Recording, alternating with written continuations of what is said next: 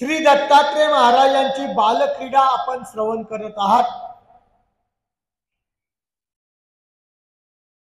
आणि दत्तात्रेय प्रभू बाबाची बालक्रीडा करता करता दत्तात्रेय प्रभू बाबा फार मोठे झाले।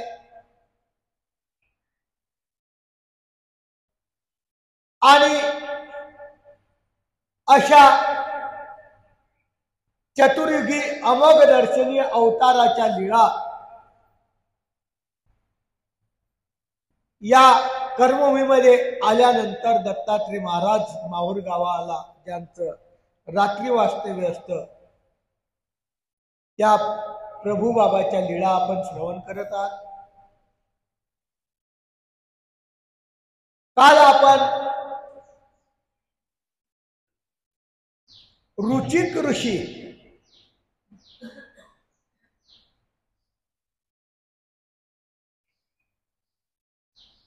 यांना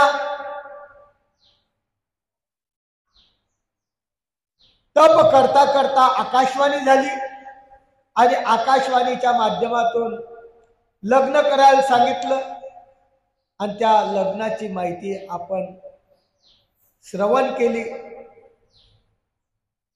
श्यामकर्ण 500 असे राजांनी त्यांना मागितले। अनेक ठिकाणी शोधला पण भेटले नाही। मग त्यांनी सांगितलं दत्तात्रेय प्रभू बाबाची आराधना करा। आराधना केली, दत्तात्रेय महाराज प्रसन्न झाले। आणि दत्तात्रेय महाराज प्रसन्न आल्यानंतर दत्तात्रेय महाराजाला तो विनंती करत होता की जी मला 500 श्यामकर्ण, काळे कान, पांढऱ्या रंगाचा घोडा, अशा प्रकारचे 500 पाहिजे आहेत। हे असे प्रकारचे दत्तात्रेय प्रभू बाबाला स्वानंद असलेला परमेश्वराला तो आमचा रुचिक ऋषी विनंती करतो आहे। मग दत्तात्रेय प्रभूंनी त्याला निरोपण केलेलं आहे। दत्तात्रेय प्रभूंनी त्याला मार्गदर्शन केलेलं आहे। तुला 500 श्यामकर्ण भेटतील, कुठेही भेटले नाही, पण दत्तात्रेय महाराजाच्या भक्तीमध्ये एवढी विशेषता आहे जे कुठं नाही भेटत ते इथं भेटत। अशा माध्यमातून दत्तात्रेय महाराजांनी त्यांना सल्ला दिला, तुम्ही जा वेगी रुद्धपुर प्रांती, मन कामना सर्व सिद्धिती, अक्षता हाती समर्पिल्या, रुचिक अकर्णी भैरव पाळी, अक्षदा टाकी चिंतून जाळी, श्यामकर्ण धावती महाबळी, तुआ ते वेळी गमन कीजे, परंतु मागा धनी लक्षशी रुचिक धाव, पावला वेगे वेटोपी आटोपी रुद्धपुराशी, जळ पाळशी उभा टाके, भैरव पाळी रुचिक निवाडे, क्षमता चिंती लाड केली, तळात झोकिले आपल्या पुढे, जळ रोकडे हे लावले, रुचिका गमन अति निकट, पुष्टी श्यामकर्णाचा गगाट, ध्वनी गाजता हे घोर आट, थोर किकाट प्रवर्तला ते वेळी रुचिक अंतरी, दगदोनी मागा विलोकी सामर्थ्यपूर्ण, तत्क्षणी श्यामकर्णाचे पाषाण, चोज लक्षोनी चिंतविला, की दुर्बळाशी धन प्राप्त झाले, ते पती चालता तस्करी। दत्तात्रेय महाराजांनी त्याला सांगितलं, तुला 500 श्यामकर्ण पाहिजे असले रुद्धपूरला जावं लागेल। तुला रुद्धपूर प्रांतामध्ये रुद्धपूर या गावाला जावं लागेल, तुझी मनकामना त्या ठिकाणी सिद्ध होईल। त्याच्या हातामध्ये दत्तात्रेय प्रभूंनी तांदळाच्या अक्षदा दिल्या, तांदळाच्या अक्षदा त्याच्या हातामध्ये दिल्या आणि जा रुद्धपूरला, अक्षता घेऊन जा, तिथे एक तलाव आहे, त्या तळ्यामध्ये तू त्या अक्षदा टाकून दे आणि टाकल्यानंतर आपल्या परत मार्गाला फिर, तुझ्या माग श्यामकर्ण येतील। परंतु एक अट, दत्तात्रेय प्रभू बाबाची भक्ती करत असताना अटीला खूप महत्व आहे। प्रत्येकाला जेवढ्या जेवढ्या लोकांना दत्तात्रेय प्रभू बाबांनी वरदान दिलं आतापर्यंत, आजपर्यंत सुद्धा ज्यांना ज्यांना वरदान दिलं त्यांना एक अट घातलेली आणि ती अट इतकी महत्वाची राहते, त्या अटीचं जर प्रतिपादन केलं नाही, प्रतिपालन केलं नाही, तर समजून घ्यायचं आपल्याला मिळालेलं वापस गेल्याशिवाय राहणार नाही. ही दत्तात्रय प्रभू बाबाची या चतुर्युगातली ही एक विशेषता आहे. आजही दत्तात्रय प्रभू बाबांचा प्रसाद कोणाला मिळाला असा फुकट देत नाही. सांगते साधारणवंताला खाऊ घाला, नाही खाऊ घातलं तर परत घेऊन घेतो. अशी पद्धत दत्तात्रय प्रभू बाबाची परी आहे, अस्थिपरी आहे. आणि अशीच अस्थिपरी त्या रुचिक ऋषीला दत्तात्रय प्रभू बाबांनी सांगितली, तू अक्षदा टाक, टाकल्यानंतर तुझ्या रस्त्याने जायला लाग, मागे श्याम कर्ण तुझ्या मागे येतील, त्याचा आवाज आला तरी मागे पाहू नको. कदाचित तू माग पाहिलं तुझी मनोकामना पूर्ण होणार, ते घोडे तिथंच पळून राहतील. असा सल्ला दिल्यानंतर सुद्धा हा रुचिक ऋषी रुद्धपूरला गेला. त्या रुद्धपूरला त्या तळ्यामध्ये अक्षदा टाकले, निघाला. त्या तळ्यातून 500 श्याम कर्ण निघाले.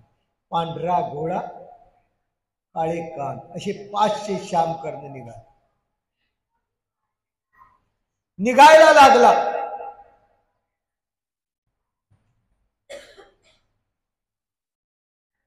पुढे ऋषी चालतो आहे, मागे श्याम कर्ण चालत आहे. पण त्या 500 घोड्यांचा आवाज, घगाटा, खूप ध्वनी किंकाळायला लागले. ते खूप ध्वनी गाजतो आहे, थोड किकाट होतो आहे. दत्तात्रय सांगितलं होतं, काही हो माग पाहायचं नाही, माग पाहिलं की संपलं. परंतु जीवमती अशी आहे, जीवाचं लक्षण असं आहे की जे नाही करायला सांगितलं ते पहिले करतो. प्रत्येक जीवाची स्थिती आहे. संसारात बी असा आहे, हे करू नको बाळा, की तो मुद्दाम ते करणार. प्रपंचाची रीत अशी की जे करायला सांगितलं ते कधीच करत नाही, त्याच्या विरुद्ध करतात. दत्तात्रय महाराजांनी ऋतिक ऋषीला दिलेला वर आहे. त्यांनी सांगितलं काही झालं तरी मागं पाहायचं नाही.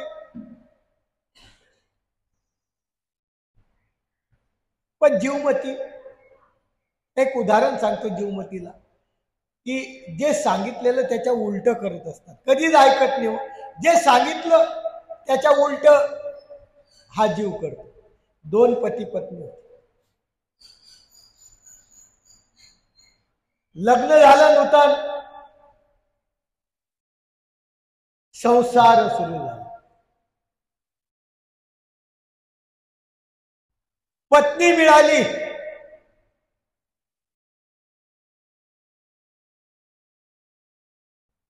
उलटी, जिला जे सांगितलं त्याच्या उलट करायचे. जसं यांनी सांगितलं देवानी ते केलं नाही, दुसरंच करायला गेला, त्याप्रमाणे पत्नी तशी त्याला उलटी मिळाली. कदाचित त्याच्या घरी पाहुणे आले ना, पाहुणे आल्यानंतर तो सांगायचा की माझे नातेवाईक आले, चांगले पदार्थ कर. का करण चांगले? चटणी भाकर करायची, नाही तर लाल चटणी करायची. मुद्दा जे सांगितलं त्याच्या उलट करणं. कंटाळून गेला हो.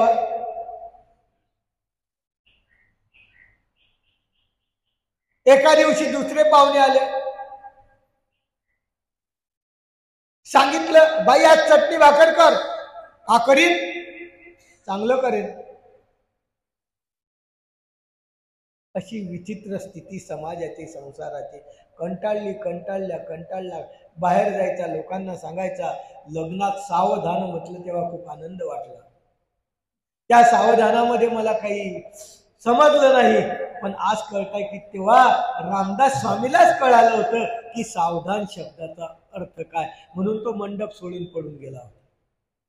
आपल्याला सावधान म्हणण्याची अति उत्सुकता राहते आणि त्याला तेव्हा कळालं की अरे तेव्हा मला त्या ब्राह्मणाने सांगितलं होतं की सावधान, अरे या प्रपंचात प्रवेश करतो आहे, आता सावधान हो. पण मी ऐकलं नाही, ऐकलं असतं तशी बला माझ्या मस्तकी आली नसती. काय करावं काय करावं. एका मित्राने सल्ला दिला, अरे ती तुझ्या सांगण्याच्या प्रत्येक गोष्ट उलटी करते, मग काय करत, तू असं एका गावाला जाय, मध्ये नदी आहे आणि त्या नदीमध्ये तिला सांग की माझा हात धर, मी तुला पलीकडच्या काठाला नेतो. बाजाराला निघाले, मध्ये नदी लागली, तो हात धर पकड, धरून तर घेतला, मध्ये गेले, इतक्या पानात गेले आणि म्हणतो हात पक्का पकड बरं, सोडू नको. तुम्हाला काय वाटतं, मी धरून ठेवून हा सोडला हात, मला वाहून गेले. मग तो पती वरून म्हणतो, अरे बाई मी सांगत होतो हात सोडू नको, हात सोडू नको. अरे वाली तर वाली, माझी टेक तर राहिली. अशा प्रकारची कंडिशन जीवाची आहे. त्याप्रमाणे हा यदू राजा, आपला रुचिक ऋषी राजा, रुचिक ऋषी याला दत्तात्रय प्रभू सांगितलं माग पाहू नको, पण यांनी काय केला, त्या घोड्यांचा आवाज पाहिला, किकाट पाहिला आणि रुचिकाच्या अंतरामध्ये दगधून आलं आणि त्यांनी त्या सामर्थ्य आहे तत्क्षणी त्यांनी काय केलं, माग पाहिलं की काय आहे. माग पाहायला नाही पाहिजे होतं, देवानी सांगितलं होतं माग पाहू नको, परत पाहिल्या गेलं. पाहताच 500 जे श्याम कर्ण घोडे होते ते दगड होऊन पडले. किती विचित्र, किती तप केलं, ज्याच्यासाठी तप केलं, परंतु दत्तात्रय प्रभू बाबाची आज्ञा उल्लंघली, आज्ञा उल्लंघली, घोडे दगड झाले. चिंतावला, काय करावं, इतकं हे केलं, चिंता झाली. कशी घट झाली म्हणजे माझी, दुर्बळ अशी धन प्राप्त झाले. एखादा गरीब माणूस आहे, त्या गरीब माणसाला खूप धन प्राप्त झालं की त्याचा आनंद गगनात मावत, काय करण काही सांगता येत नाही. का पथी चालता तस्करी नागविले, रस्त्याने जातो आहे, धन भरपूर आहे, पण रस्त्यामध्ये चोर भेटला, नागवलं, काही शिल्लक राहिलं. की सत सुपी अति वैभव लक्षिले, चैल्या भंगिले तैसे. का मला वैभव मिळणार होतं, पण ते स्वप्नामध्ये वैभव मिळालं. एखाद्याला जाग आली, राजा झाला, स्वप्नात मोठा राजा झाला, आसनावर बसलाय, समोर दरबार बसलाय, परंतु जेव्हा जाग आली तर तेव्हा फाटक्या गोदडीत होत. अशा प्रकारचं स्वप्नाची स्थिती माझी झाली. ऋषीला परत गमन चारलं, परत दत्तात्रय महाराजाकडे परत माहुरला आला. दत्तात्रय प्रभू सह्यांचळ पर्वतात परत आला. दत्तात्रय प्रभू बाबाला परत विनवून लागलं. असं असं झालं. भाग्यवान, प्रभूची प्रवृत्ती. पुनरुपी दानी तया झाला. दत्तात्रय महाराजांचा काही हरकत नाही, झालंच झालं, आता तरी अशी चूक करू नको. कुणी राशी पुढती गमन सारिले, शेवंगे पावे शियासनी, दत्तात्रय विनवू पुनरुपी दानी तया झाला. अक्षदा घेऊनी तोषंतरी, श्री दत्त नमिला परमादरी. परत दत्तात्रय प्रभू जाऊ द्या, चुकलं तर चुक. परत अक्षदा त्याच्या हातात दिल्या, तोषंतरी झाला. दत्तात्रय प्रभूला आदराने नमस्कार केला आणि परत रुद्धपूरला तळ्यामध्ये उभा राहिला. मनामध्ये दत्तात्रय प्रभूचं चिंतन करतोय टाकण्याच्या आधी. आधी केलं नव्हतं, आधी टाकून दिलं होतं.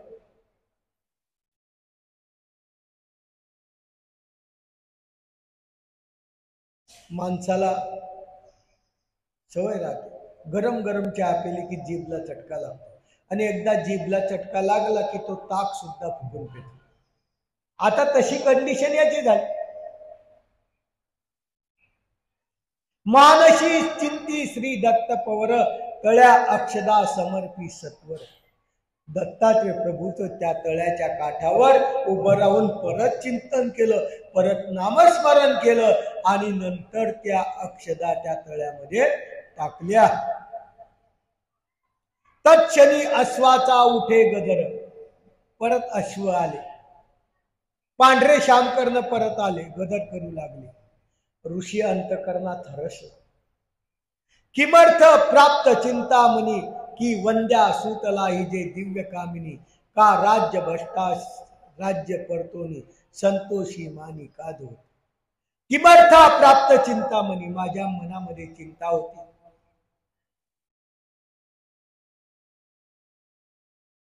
कशी गत झाली की वंद्या सुतला हि जे वंद्य बाई आहे, वंद्य माणूस आहे, त्याला एखादा मुलगा झाला, किती आनंद होतो. तशी गत की राज्य भ्रष्टाशी राज्य मिळाले परतो. एखादा राजावर बसलेला आणि काही कारणास्तव त्याला राज्य भ्रष्ट केलं, परत त्याला राज्यावर बसवलं, किती मोठा त्याला आनंद होतो. त्याप्रमाणे त्याला आनंद आला. मुनी गुप्त वेश पवनागती, योमी संचरला निघे झळती. प्रत्यक्ष पातला कुसुमावती, पुष्टेशी येता श्याम कर्ण. रुचे की सवेगी राज सदन. निघाला.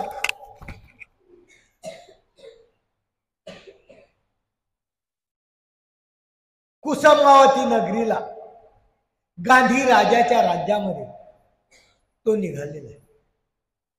मागे काय आहे, 500 श्याम कर्ण आहे, निघालेला आहे. पुढे तो ऋषी चालतोय, मागे 500 घोडे चालत आहे. असं करता करता त्या राज्यापर्यंत पोहोचला.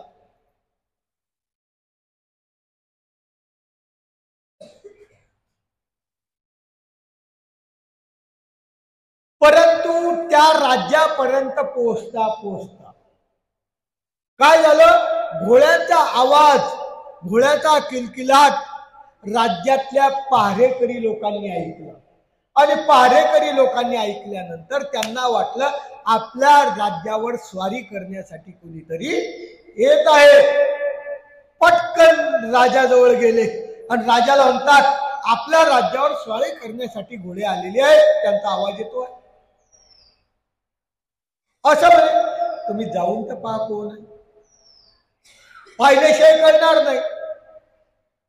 म्हणून सैनिकाला पाहायला पाठवलेलं.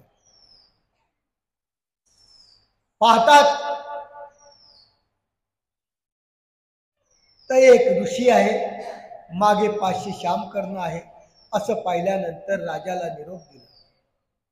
गंधाते निगदी घे श्यामकर्णा, ते राव अंतरी निमग्न झाला.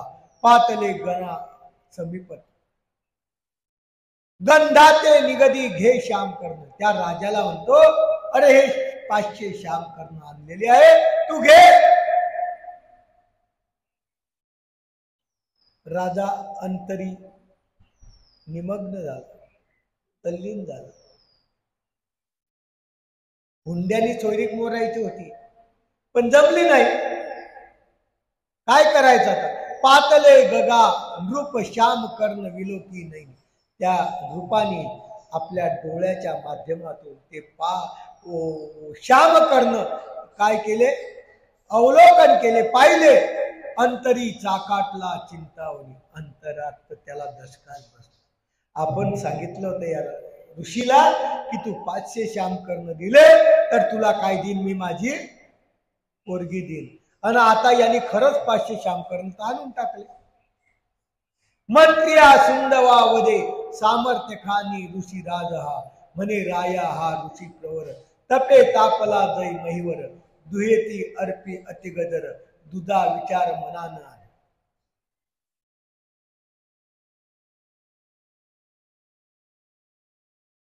त्या मंत्र्यांना राजा म्हणतो, अरे हा ऋषी आहे, सामर्थ्यवान आहे, हा ऋषी प्रवर आहे, याच्याजवळ तप आहे, महावीर आहे, याचा गजर मोठा आहे, आपल्या मनात कोणतीही भावना आणू नका.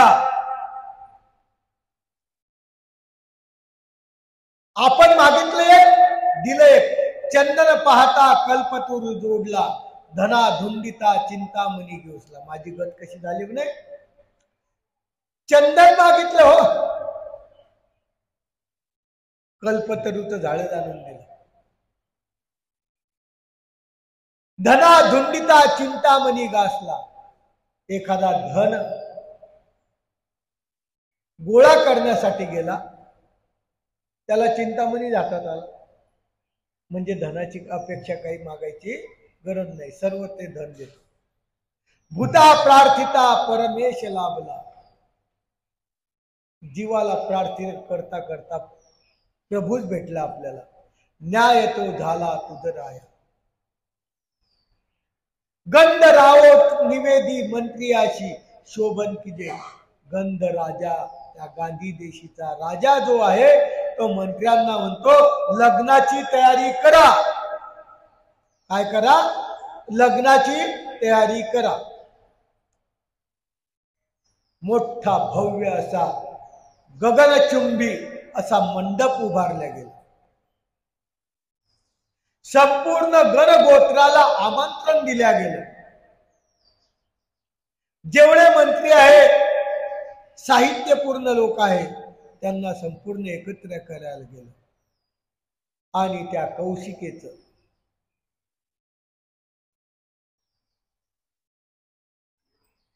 रत्न कन्यादान करण्यात आलं.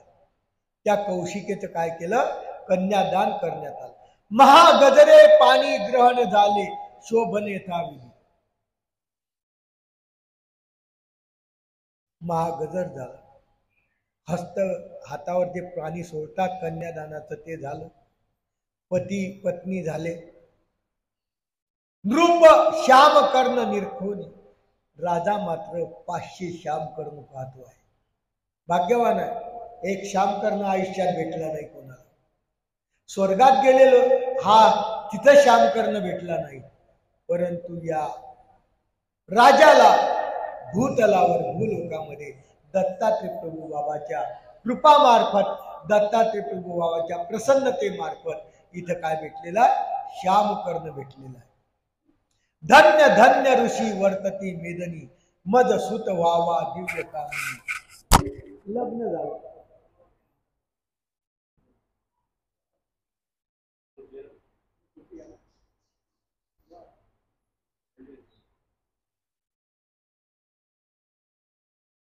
लग्न झाल्यानंतर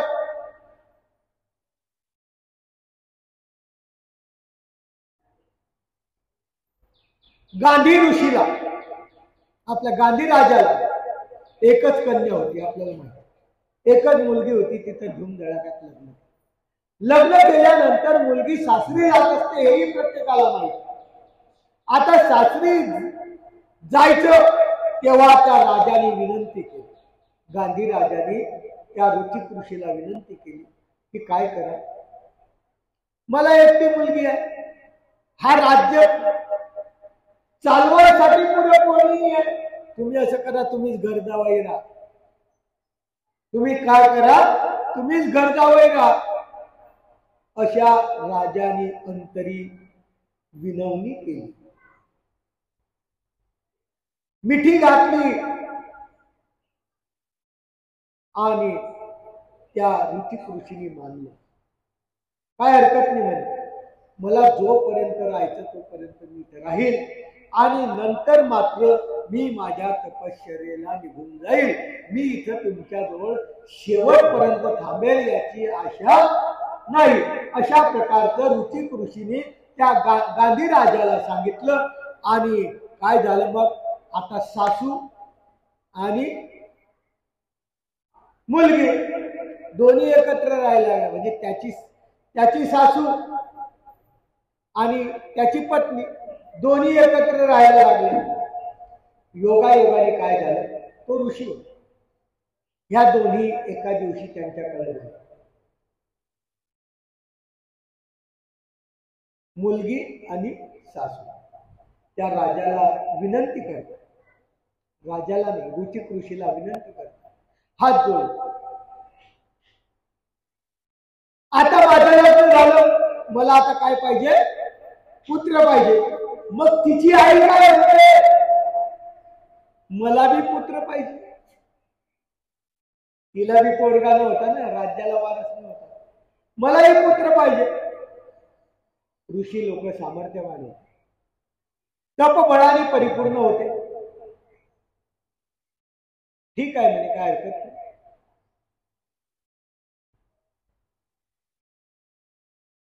तो राजा त्या दरबारी राजाच्या तिथं राहायला लागला.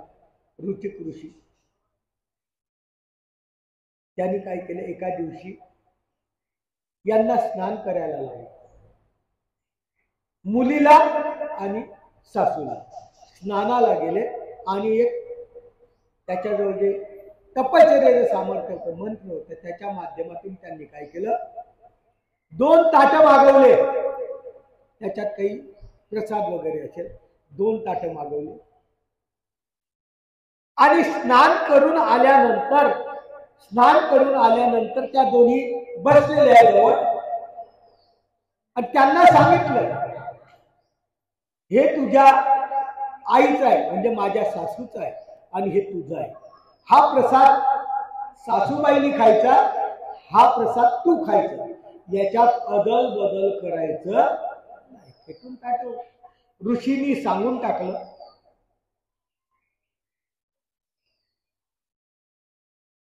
योगायोग उलट असतो. ऋषी निघून गेले. काय झालं, त्यांच्या गडबडीमध्ये गडबड झाली.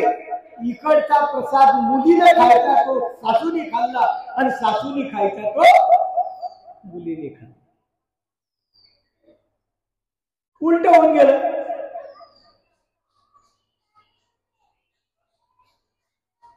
परस्परे फळाचा झाला पालट, कौशिकेच्या उदरी क्षत्री अलुट, पातला स्पष्ट जमदाग्नी. ऋषीच्या उदरी ऋषी यायला पाहिजे होता, पण त्या कौशिकेच्या उदरी राजा आला जमदाग्नी.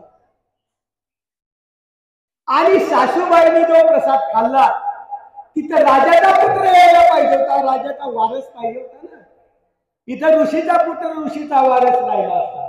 उलट काम होऊन गेलं. कौशिकेच्या उदरी जमदाग्नी आला, आणि जी आई होती तिची आईच्या उदरी विश्वामित्र. उलट झालं. ऋषी एक जमदाग्नी आला, आणि दुसरा राजपुत्र ऋषी झाला. ऋषी विश्वामित्र प्रतापराज, आणि तो विश्वामित्र विश्वामित्र होता, ऋषीच होता. उलट होऊन गेलं. कशामुळं नाही, जमदाग्नी राजा होता. हा, राजाशी झालं, नंतर ऋषी. जमदाग्नी राजा होता, व्हायला पाहिजे होता.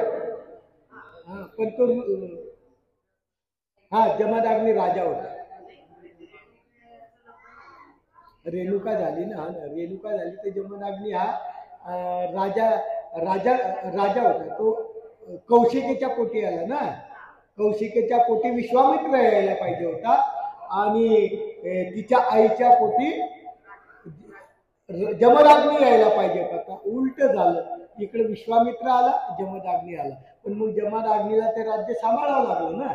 हा ऋषी कशाला सांभाळ, म्हणून तो ऋषी विश्वामित्र. उलट झालं ना. हिच्या पुत्र राजा व्हायला पाहिजे होता. कोणाचा, या गांधी राजाच्या पत्नीचा मुलगा राजा व्हायला पाहिजे होता. तो काय झाला, विश्वामित्र झाला. आणि हिच्या उदरी येणारा जो आहे तो विश्वामित्र यायला पाहिजे होता, तो जमदग्नी आला, जमदग्नी राजा झाला, पर्याय नाही, पण हिचा मुलगा राजा झाला, त्या बाईचा मुलगा म्हणजे सासूबाईचा मुलगा राजा झाला नाही, तो कोण झाला? विश्वामित्र. हा विश्वामित्र सगळ्या जगामध्ये प्रसिद्ध असलेला ऋषी, असा प्रकारचा तो प्रतापी ऋषी वशिष्ठ ग्रहाशी करे. एकदा काय झालं, हा वशिष्ठ ऋषी आधीच तामस, विश्वामित्र ऋषी आधीच तामस, खूप तामस होता. आणि एकदा तो काय झाला, तो ऋषी वशिष्ठ ऋषीच्या आश्रमामध्ये गेला. इथं त्यांची कथा संपली. आता इथून त्यांनी दुसरी कथा सुरू.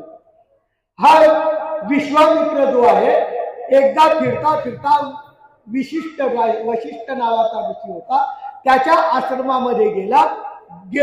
मुनी पाचारी हो राजे ऋषी, शब्द विवशी तया धोंडे. आणि त्याने काय केलं, वशिष्ठाने त्याचा अपमान केला. काय अपमान केला? मुनी, अहो विश्वामित्र मुनी, या राजे हो. कारण तो कोणाच्या पदवी आला होता?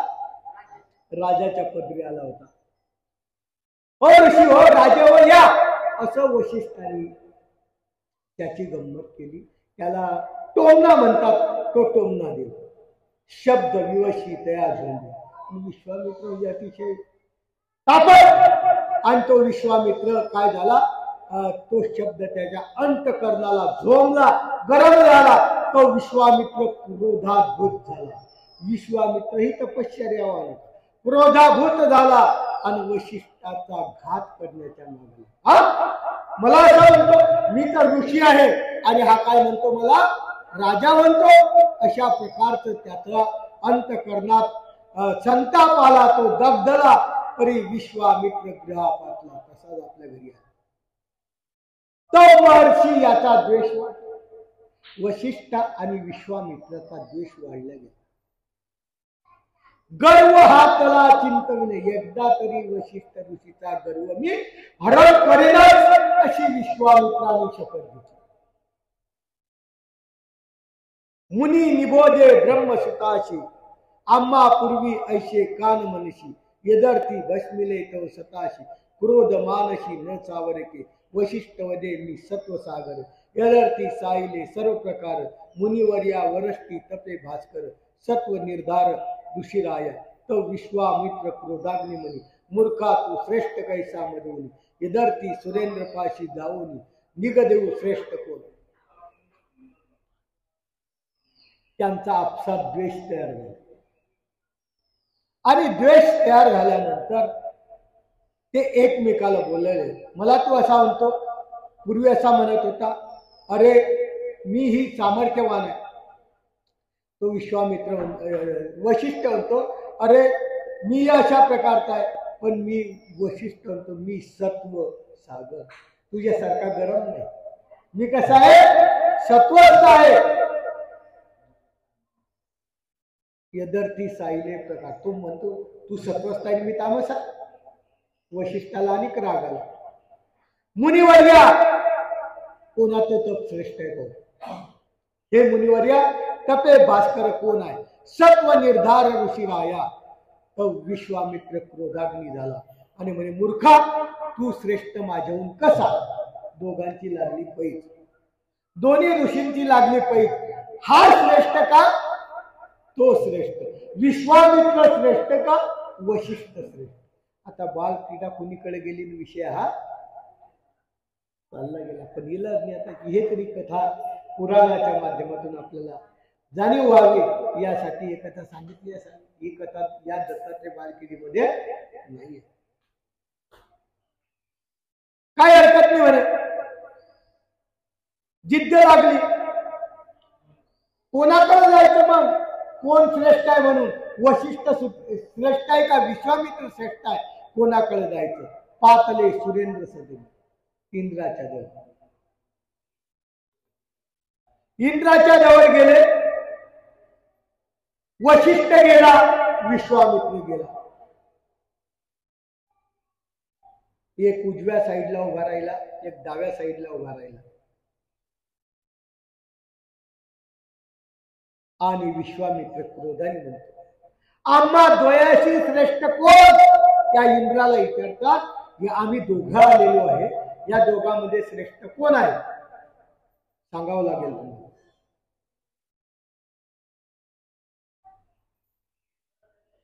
आता इंद्राला प्रश्न पडला. अंगिरा सुत प्रवर्यमती युक्ती प्रयुक्ती वदत असे, विश्वामित्र तुम्ही अंशमाळी, शेषलाई जे सभा मंडळी, सागरी पाचारी जे तात्काळी, न्याय ते वेळी करू सर्व. विश्वामित्र हा इंद्राच्या समोर उभा. इंद्र म्हणतो, विश्वामित्रा तुम्ही श्रेष्ठ आहे, पण अंशमाळी, थोडे श्रेष्ठ.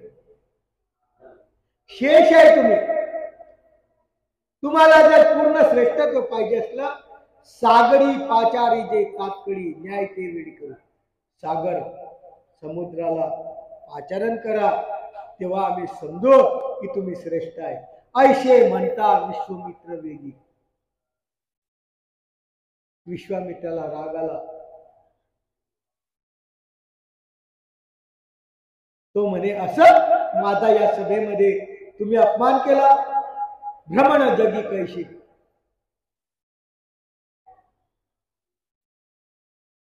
तसाच तो शेष मंदिरामध्ये गेला. अंतरीचा भाव निवेदला. फणींद्र म्हणजे शेषनाग, शेष नारायणाला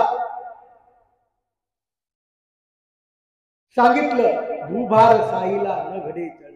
अरे सर्व भूभार पृथ्वीचा तुझ्यावर आहे. यदर्थी या की जे संरक्षण करू मम गमन उभय. माझं संरक्षण तुला करावं लागेल, विश्वामित्राने सांगितलं. नाही तर परिषिता विश्वामित्र आहे. मला माझं श्रेष्ठत्व श्रेष्ठ करायचं आहे. शेष नारायणापर्यंत गेलेला आहे. आता तुला माझं श्रेष्ठत्व सिद्ध करावं लागेल.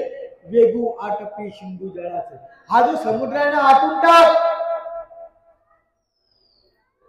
कारण मला पैज लागलेली आहे. या समुद्र जो आठवेल तो श्रेष्ठ, त्याचं सामर्थ्य चंद. मानवी जानवी कवेरी वरास, इंद्र सभेस चाल वेगी. इंद्राच्या सभेत तुला यावं लागेल. शेष नारायणाला म्हणतोय, आधी निगदी मुनी वर्धना, कैसे येणे घडे इंद्र सदना. अक्षोभ जळ कदा चळेना, येत येईना मुनिवर्या. आब्धी म्हणजे समुद्र, आणि समुद्र हा जवळ आहे. हे मुनिवर्या, हे वर्धना, या समुद्र ओलांडून मी कसं इंद्राच्या सभेत येऊ? अक्षोभ उदक आहे. या समुद्रात खूप मोठं पाणी आहे. मुनिवर्या, विश्वामित्रमध्ये अंतकरण. विश्वामित्र अंतकरणामध्ये विचार करतो, हे मद पुवाडे दिशे नाही, तुवाच पावे सुंदर मुनी, स्वस्थ आसनी विराजला. तो वशिष्ठा वदे गिरीपती, तुम्ही तरी मिळवा जा धरती. वचना सरिसा सूर्या मंडळापती, भानुशी वदतो चलावे.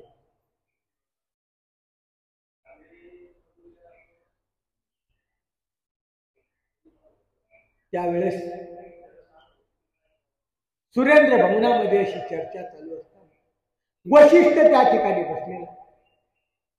तेव्हा सर्वांनी त्या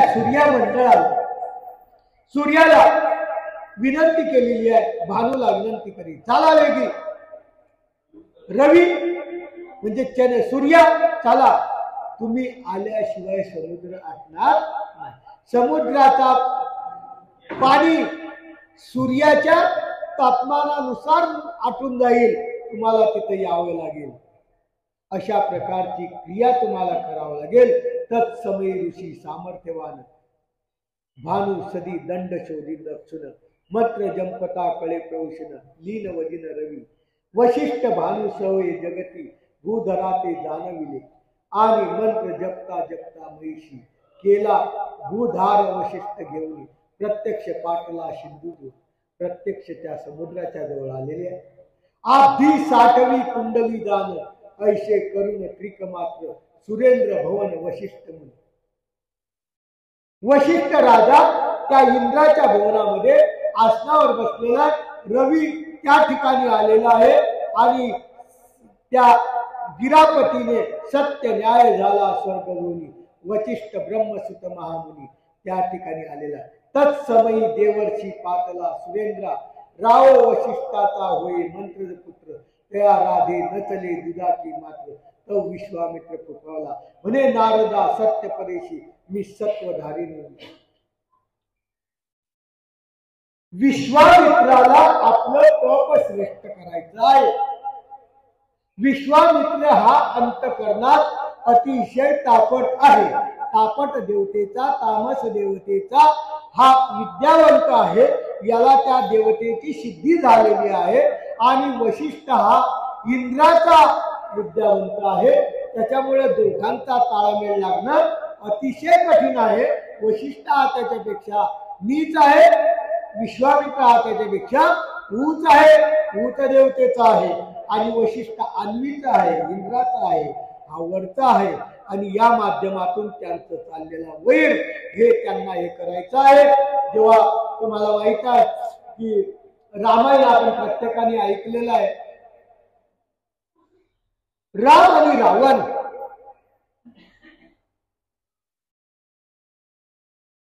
राम हा देवतेचा, विष्णूचा अवतार मानला जातो.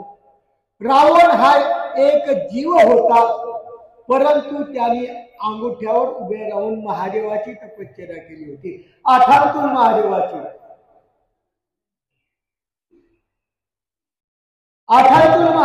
तपश्चर्या केली होती आणि त्या तपश्चर्याच्या माध्यमातून त्याला वर मिळाले होता. त्यामुळे काय व्हायचं की रावणाला राम मारू शकला. लोक म्हणतात विभीषण सापडला म्हणून काम भेदले, अंत झालं.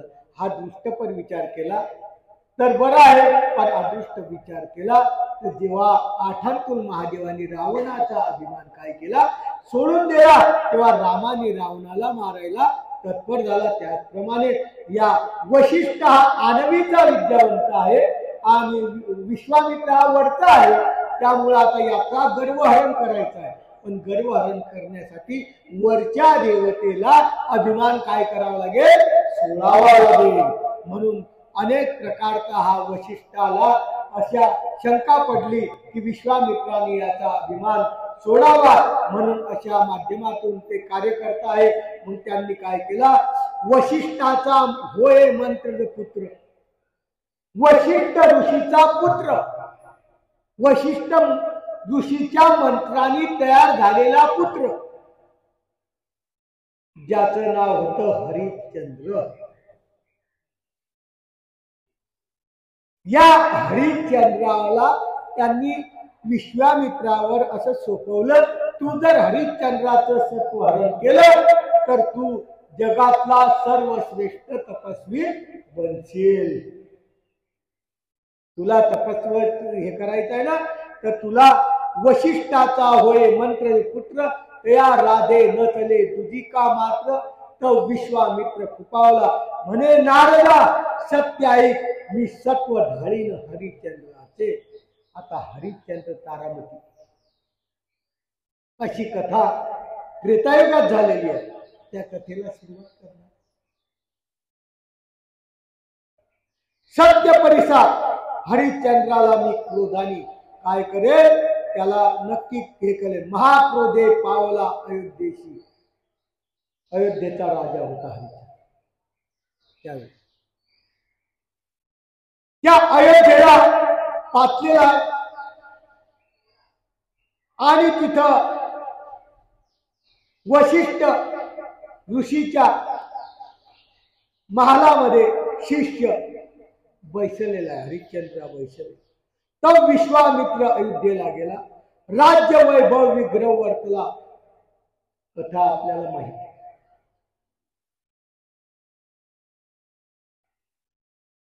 राजा हरिश्चंद्राची कथा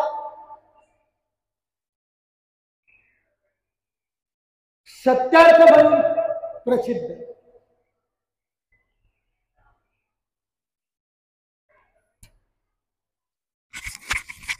की जगात काही झालं तरी हरिश्चंद्र राजा असा होता की कधीही खोटा बोललेला नाही. म्हणून त्यांनी त्या हरिश्चंद्राच्या कथेला सुरुवात केलेली आहे. एकदा राजा झोपलेला आहे म्हणे महालात.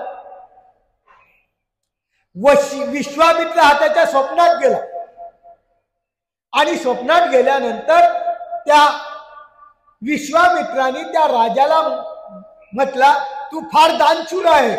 म्हणे हो, मग तू संकल्प सोड माझ्या हातावर. त्यांनी पाणी घेतलं आणि संकल्प सोडला.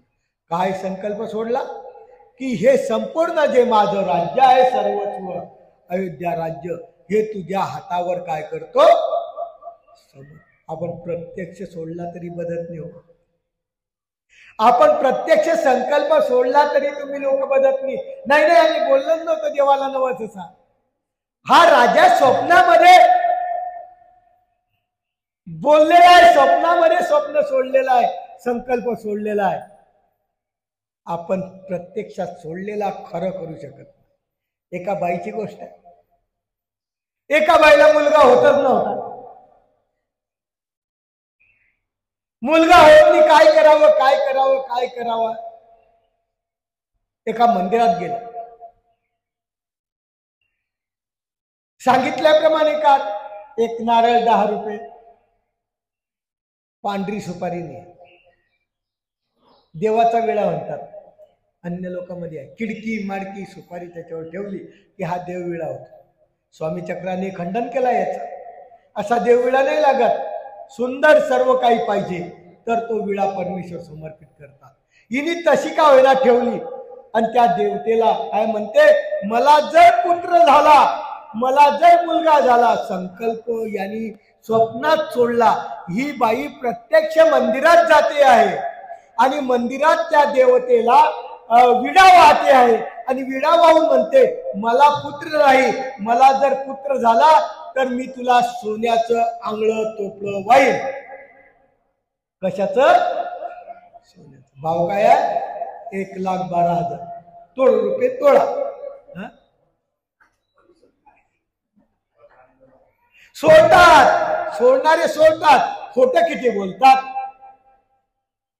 तिने स्वप्नात आपल्या प्रत्यक्ष त्या देवाजवळ, त्या देवतेजवळ संकल्प सोडला, मला पुत्र झाल्यानंतर मी सोन्याचं तुला आंगळं टोपलं देईल. देवता बी विचार करायला लागली, सामर्थ्य येते, अरे ही बाई आपल्याला सोन्याचं आंगळं टोपलं करते, काय म्हणून हिची इच्छा पूर्ण करून टाकावी आपण, काय हरकत नाही. प्रत्यक्ष झोपीत नाही, जागीत असलेला हा नवस, जागीत असलेला हा संकल्प, देवतेसमोर सोडलेला हा संकल्प, हा जीव किती खोटा बोलतो. याच्यासाठी उदाहरण देतो. पुत्र झाला हो, योगायोगाने खूप आनंदाचा पुत्र झाला. पुत्र 1 वर्षाचा झाला, 2 वर्षाचा झाला, 4 वर्षाचा झाला. बाईला काही आठवणी येईना. मग तिला आठवलं, अरे आपण तर नवस बोललो होतो, नवस तर पुरा करावा लागल. आपण देवतेला काय सांगितलं, मी तुला सोन्याचं आंगळं टोपलं देईन. त्या मुलाला शेंबूड सर्व हे होत होतं. तिने काय केलं, त्या मुलाला कपडे घातले, ते बी जुनेच, नवे नाही घातले, आणि ते त्या पोराचं नाव सोन्याच ठेवलं. त्या पोराचं नाव काय ठेवलं? सोन्या. मी नवसच अशी बोलली आहे की सोन्याचं आंगळं टोपलं देईन. आणि ते शेंबडाने भरलेलं शर्ट, मातीने भरलेली पॅन्ट आली आणि त्या देवतेला म्हणते, हा तुझा नवस मी पुरा करत आहे, मी कबूल केलं होतं, मी सोन्याचं आंगळं टोपलं देईन. माझ्या मुलाचं नाव काय आहे? सोन्या. अशा प्रकारचे लोक आहेत. पण हरिश्चंद्र तुमच्या पद्धतीचा नव्हता. हरिश्चंद्र राजा तुमच्या विचाराचा नव्हता. हरिश्चंद्र राजा एक महान राजा होता. त्या हरिश्चंद्राने स्वप्नामध्ये संकल्प सोडला की हे राज्य हो, हे विश्वामित्र हो, हे राज्य सर्व तुम्हाला मी अर्पण केलं. दिवस उगवला, विश्वामित्र सकाळीच त्याच्या जागेवर दाराशी महालाशी उभा राहिला. हे राजे हो, या राज्याचा अधिकारी मी आहे. हा, तुम्ही आहे. मग तू स्वप्नामध्ये मला संकल्प सोडला, प्रत्यक्ष सोडल्यावर कबलतने लोक स्वप्नात तर किती सोडत असतील, कोणी सांगणार की नाही स्वप्नाचं पडलं. परंतु राजा हा सत्वशील राजा म्हणतो काय हरकत नाही, हे तुमचं राज्य तुम्हाला अर्पण करतो, मी निघतो बाहेर. बाहेर निघायला लागला. विश्वामित्र म्हणतो असं बाहेर निघता येणार नाही, तुमच्या अंगावरचे जे अलंकार आहे, कपडे आहे, त्याच्यावर अधिकार कोणाचा आहे? माझा आहे. मला हे सर्व दान भेटलेलं आहे. एका कपड्यानिशी तुला बाहेर जावं लागेल. पत्नी तारामती, मुलगा रोहिदास, असा सुंदर चाललेला प्रपंच, पण एका सत्वगुणास्तव सत्व न हरण होऊ देणारा हा हरिश्चंद्र राजा वशिष्ठ ऋषीचा एक पुत्र होता. आणि त्या पुत्राच्या त्या गुरुचा आशीर्वाद त्याला असला, गुरुची प्रतिभा त्याच्यामध्ये परिपूर्ण असल्यामुळं, तो गुरु सत्वस्थ असल्यामुळं, याच्याही अंतःकरणात सत्वस्थ असल्यामुळं हा राजा एका कपड्यानिशी तारामती सहित बाहेर निघाले. खूप मोठा त्रास झालेला आहे, आपल्याला माहित आहे. मग या राजाला काय केलं? या विश्वामित्राने एका डोंब्याच्या घरी विकलं. डोंबा ग्रही हरिश्चंद्र विकला. किती आपत्ती यावी अशा सत्वस्थ माणसाला, तरी त्याच्या अंतःकरणावर काही परिणाम नाही. लोक म्हणतात आम्हाला विघ्न येतात, आम्ही चांगलं करतो, विघ्न येतात. ओ, हरिश्चंद्र राजा तर सत्वशील होता, जगात सर्व काही करत होता, त्याच्यावर आपत्तीचा डोंगर कोसळला, एवढा कोसळता कोणावरही येणार नाही. पण सत्वशील असलेला राजा, कोणत्याही चेहऱ्यावर परिणाम न झालेला राजा, का पत्नीवर झाला नाही, का मुलावर झाला नाही. हा संस्कार आपल्या मुलांवर असावा. कोणत्याच परिस्थितीला सामोरी जाऊन ढळला नाही, चढला नाही, अशा प्रकारचा सत्वस्थ राहिलेला राजा विश्वामित्राने डोंब्याच्या घरी विकला.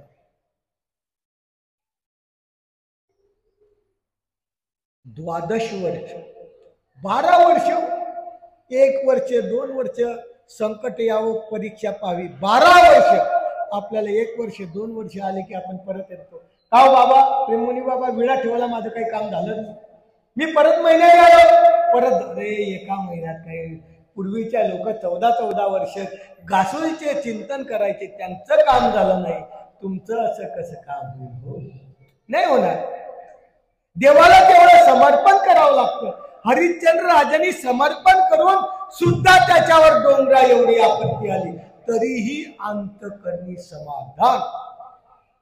भागवतात सांगितलेलं, ज्याच्यावर मी कृपा करतो, ज्याच्यावर मी कृपा करतो त्याला पदोपदी दुःख देतो. समजून घ्यायचं, आपण चांगल्या परिवाराने आपल्याला दुःख येत आहे तर देवाची कृपा आपल्यावर आहे, श्रीकृष्ण महाराजाची कृपा आपल्यावर आहे, दत्तात्रय महाराजाची कृपा. काहीतरी परमेश्वराला आपल्याकडून नासून घ्यायचं असेल, हरिश्चंद्राचं सुद्धा तसंच काही असेल. आणि हा हरिश्चंद्र त्या ठिकाणी विकला गेलेला आहे. आणि वनवास, तारामती आणि रोहिदास, माय आणि मुलगा वनवासात फिरतात. अशा माध्यमातून तशी 12 वर्ष, 12 वर्ष ते विश्वामित्रांनी जाची. विश्वामित्रांनी 12 वर्ष खेळ केला. हो, सामर्थ्यवान होता. आणि त्याला काय करायचं होतं? आपली तपश्चर्या सिद्ध करायची होती. आणि असा जो अहंकाराने पेटतो, याचा कधीतरी विनाश हा ठरलेला आहे. समजून घ्या, अहंकाराने जो जळतो, अहंकाराने जो आपलं श्रेष्ठत्व मिळवतो, हे ऋषी सारख्यांची कथा अशी झाली. तर आपण तर मानव आहे, आपण तर किचगली मी गलबल आहे. आपण असा अहंकारात बळालं तर विश्वामित्रासारखे लोकांना पाणी भरायला लागलं तर आपण काय? या विश्वामित्रांनी 12 वर्ष त्यांना त्रास दिला. परी सत्वाची कदा नव्हे हानी. महत्वाची आहे, सत्वामध्ये हरिश्चंद्राच्या, तारामतीच्या आणि रोहिदासाच्या याच्यात थोडीशीही कमतरता आली नाही. हा गुण शिकायसारखा. कोपाग्नी प्रज्वलला विश्वामित्र मात्र कोपायचा, कारण त्यांच्यावर काही फरकच पडत नव्हता. रोखे विश्वामित्र रोहिदासी, विश्वामित्र रोहिदासाला रोखायचा. एकदा काय झालं, विश्वामित्र अतिशय पाठीमागे लागलेलं, अतिशय अंतकरणात दगदायमान झाला की या वशिष्ठाला मी हरवेल. दुसरं काही नाही, हरिश्चंद्राशी घेणं नव्हतं त्याला. वशिष्ठाला मी हरवेल आणि वशिष्ठाला हरवण्यासाठी मला कोणाची गरज आहे, या हरिश्चंद्राला सत्वहरण करावं लागेल. याला विकून टाकलं. आई मुलगा वनवासात फिरतोय.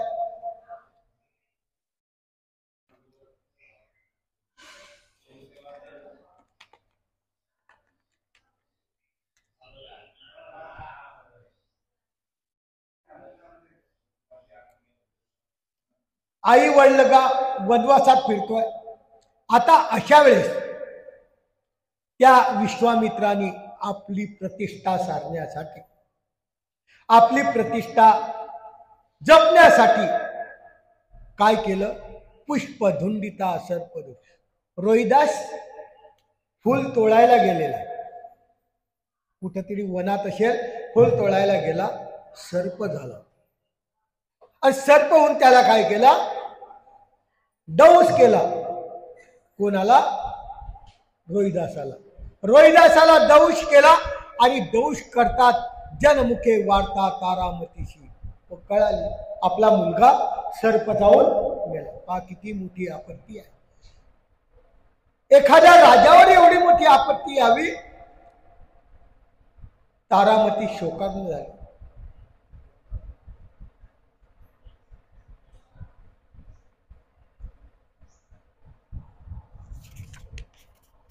अरे मला एका ठिकाणी विकलं, राजा हरिश्चंद्राला एका ठिकाणी विकलं, आणि आता अशा प्रकारची आपत्ती आली. लक्ष पात्री वाढिले.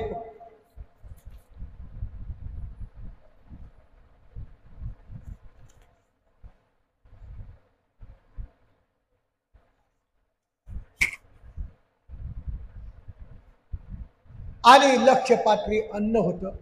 माता एकटी अरण्या भितरी होती, रोहिदासाला घेत होती. पहा, विचार करा. आता रोहिदासाचे प्रेत तिच्या खांद्यावर आहे. आता प्रेत सुद्धा पुरायला जागा पाहिजे असते. प्रत्येक ठिकाणी भलत्या ठिकाणी प्रेत जाळू देत नाही.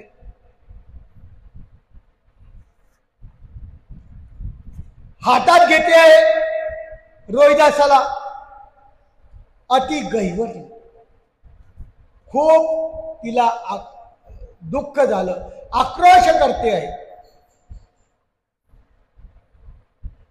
वैरी विश्वामित्र, विश्वामित्र हा वैरी म्हणे प्रेता न्यावे समशाना घेऊन गेली प्रत्येक. तोच विश्वामित्र त्या तारामती जवळ आला. अरे तुझा मुलगा मेला होय. वा, एखाद्याच्या ठिकाणी विघ्न करायला लागला तर इतका विघ्न करतो की तो स्वतः त्या पत्नीच्या जवळ गेला. म्हणे अरे तुझा मुलगा वारला आणि मग याला स्मशानामध्ये न्यावं लागेल. म्हणे हा प्रेत न्यावे समशान, स्मशानामध्ये न्या. आता विचार करा, या डोंग्यानी, डोंब जो होता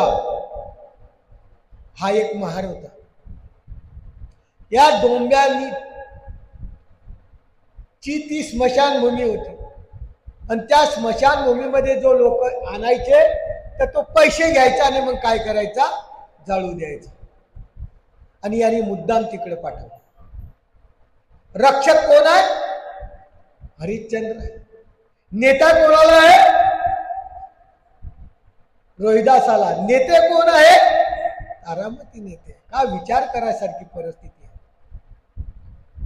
घेऊन गेली प्रत्यक्ष नंदना, आपण ग्रामांत करी सूचना, रुद्र भुवना लाव प्रेत केली. आणि काय केलं त्या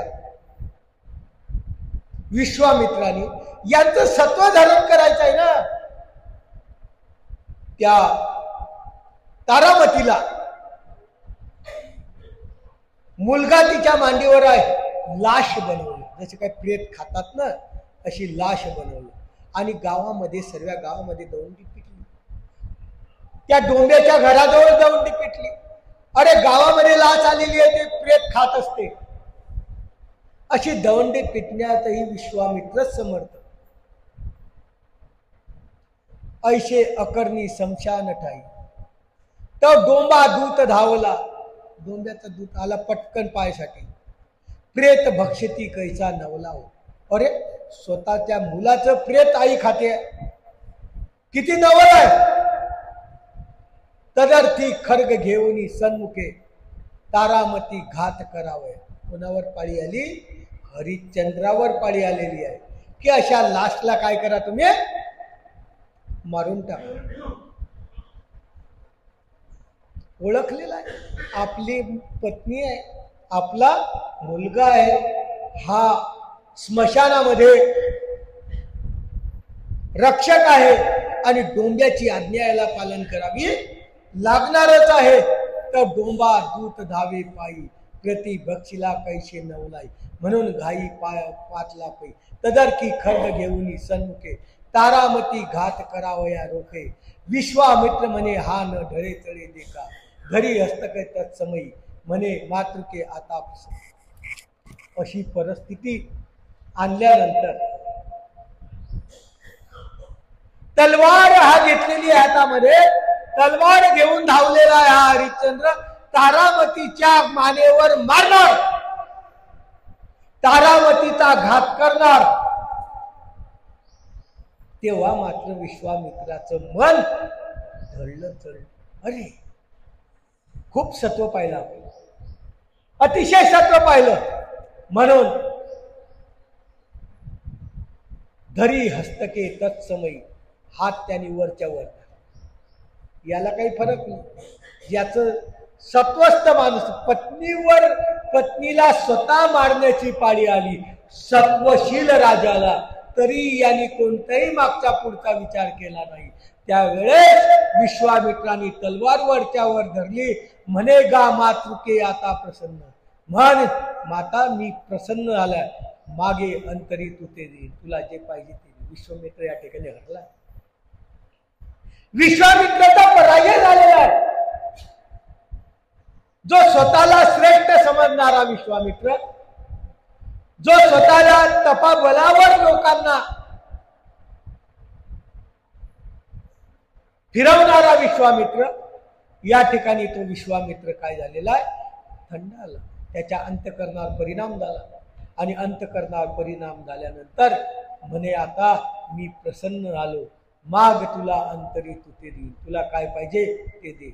नारी म्हणे हरिश्चंद्र भारतार जाण, मद नंदन रोहिदास व्हाव. काय पाहिजे? माता काय मागणार आहे? काय मागणार आहे माता? माता म्हणते तुम्ही जर प्रसन्न झाले तर माझा नंदन, माझा रोहिदास मला परत जिवंत.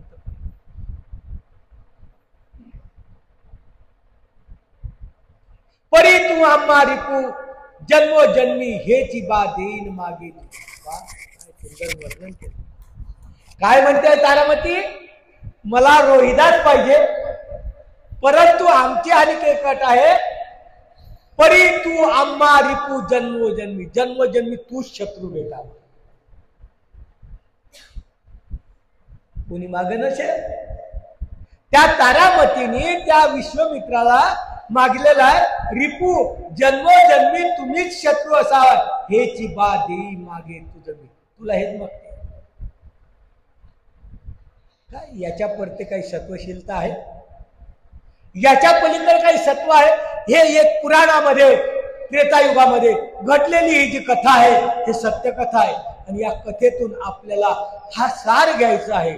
हरिश्चंद्रा इतकं विघ्न तुमच्यावर कधीच येणार नाही. साधे सुद्धा विघ्न आल्यानंतर तुम्ही घाबरून जाऊ नका. त्या विघ्नाला सामोरे जा. एक दिवस परमेश्वर तुम्हाला प्रसन्न होईल. पण तितकी क्षमता तुमच्यामध्ये पाहिजे. तितकं दुःख सहन करण्यासाठी आमच्या परमेश्वरांनी सांगितलेलं आहे, दुःखे दुःख नासावा हा येतो. परमेश्वर जीवाला ज्ञान देतात आणि दुःख देतात. का तर दुःखे दुःख नासावं. हो, आपण जोडलेले अनेक दुःखरूप कर्म आहे. कितीतरी आपण पुण्य कर्मापेक्षा दुःखरूप कर्म जास्त जोडलेले आहे. कुत्र्याचे, मांजराचे, कीटकाचे, अळीचे, कृमीचे नाही त्या योनी आपण जोडलेले आहे. आणि या दुःखरूप कर्म आपल्याला जर नाशायचे असले तर परमेश्वर दुःखच देईल. आणि त्या दुःखाच्या माध्यमातून दुःखरूप कर्म आपले नष्ट होतील. त्या तारामतीला कळालेलं आहे. आणि तारामती म्हणते की जन्मोजन्मी हे विश्वामित्रा हेच आम्हाला मागतो आहे. ऋषी अंतरी म्हणे अद्धम. ऋषीला पाजळ आला. हो, ऋषीच्या डोळ्यातून पाणी आलं. जो विश्वामित्र आयुष्यात कधी पाणी आलं नाही, ज्या विश्वामित्राचं अंतकरण कधी गैवरलं नाही, ज्या विश्वामित्राला कधी पश्चाताप आला नाही, ज्या विश्वामित्राला कधी दुसऱ्याचं दुःख पाहून कधी अंतकरणात भावना आल्या नाही, असा असलेला विश्वामित्र त्या विश्वामित्राला काय झालेला आहे म्हणतो, ऋषी अंतरी अद्धम. माझ्यासारखा अद्धम या जगात कोणी नाही. ज्यांनी 60 लक्ष वर्ष तपश्चर्या केलेली आहे. या विश्वामित्राने एका पायावर उभं राहून 60 लक्ष वर्षाची तपश्चर्या केलेली आहे. असा असलेला हा ऋषी अंतरात म्हणतो, अद्धम मी नडलो उर्मी व्यर्थने. खरोखर मी माझ्या मुलीसारख्या या तारामतीच्या जीवनात व्यर्थ. खरोखर मला पश्चाताप झाला. लक्षात ठेवा, एक दिवस चांगला उजळतोच, एक दिवस चांगला येतोच. आणि तो दिवस त्यांच्या जीवनामध्ये आलेला आहे. विश्वामित्र अनुताप करी अंतरी. कधी अनुताप न करणारा माणूस. विश्वामित्राने आतापर्यंत त्याच्या लीलेत पाहिला, त्याच्या इतिहासात पहा, त्यांनी कधीच कोणावर अशा प्रकारचं अनुताप केला नाही आहे. तो विश्वामित्राला हरिश्चंद्र, तारामती, रोहिदास याच्या माध्यमातून अंतरात त्याला अनुताप निर्माण झालेला आहे. असं असावं वर्तन,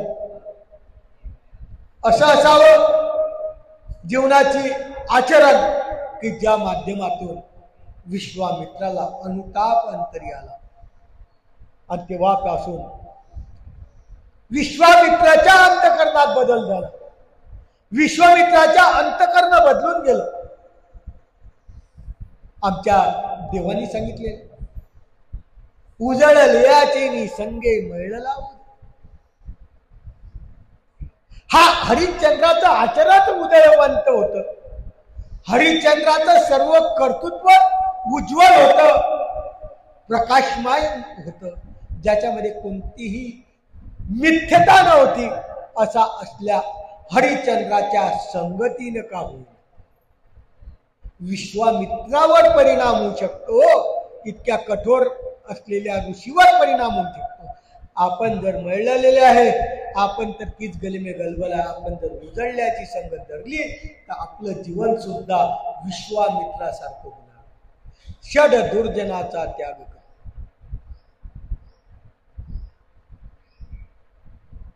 काम, क्रोध, मद, मत्सर, लोभ हे षडरिपू आहे.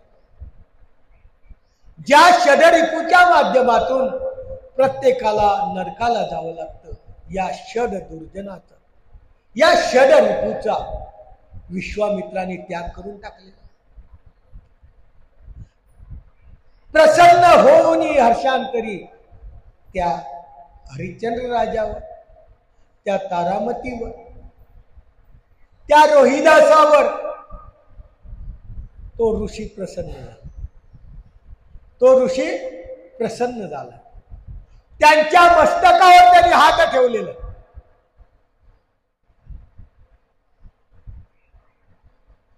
असं इतिहासामध्ये लिहिल्या जातं. असं इतिहासामध्ये वाचल्या जातं.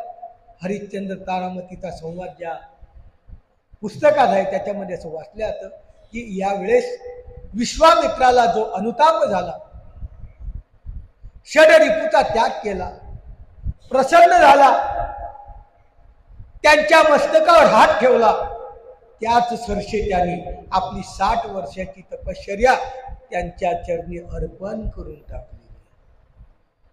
काय पाहिजे? आणि अशा विश्वामित्र सारख्या माणसाला जो पाझर फोडू शकतो, हा माणूस दुनियेमध्ये किती भाग्यवान आहे, किती गुणवान आहे, किती चरित्रवान आहे.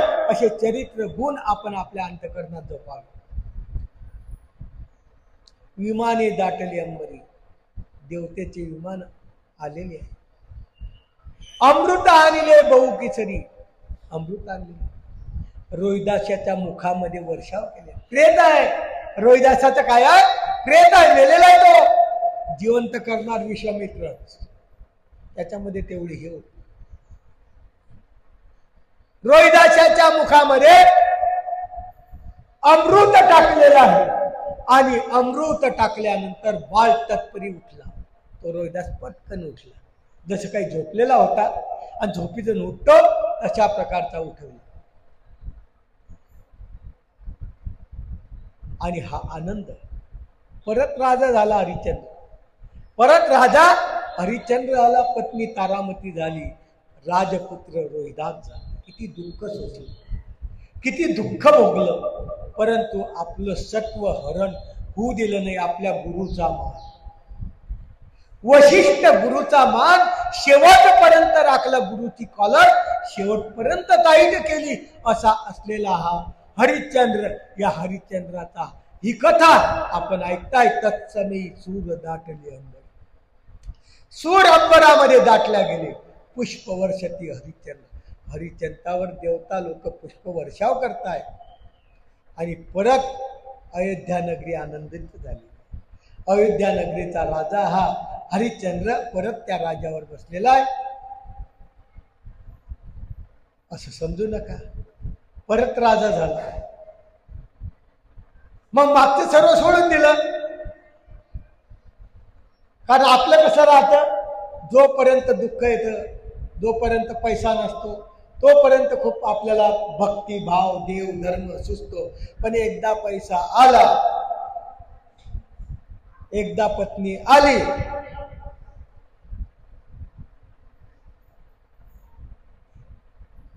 कि मग काय होतं? जय देवा येतुले की मग मंदिरात बी येतो. दररोज मंदिरात वास्तव्य करतात, दररोज राहतात. आता कंडिशन अशी आहे, संसारात पडले, पत्नीच्या भोवऱ्यात पडले, यायला मिळत नाही. वेळ आला, कदाचित आला तर नाही, टाइम नसतो, आम्हाला प्रपंचाचे काम आहे. हरिश्चंद्राने असं केलं नाही हो. हा आदर्श आहे हरिश्चंद्राचा.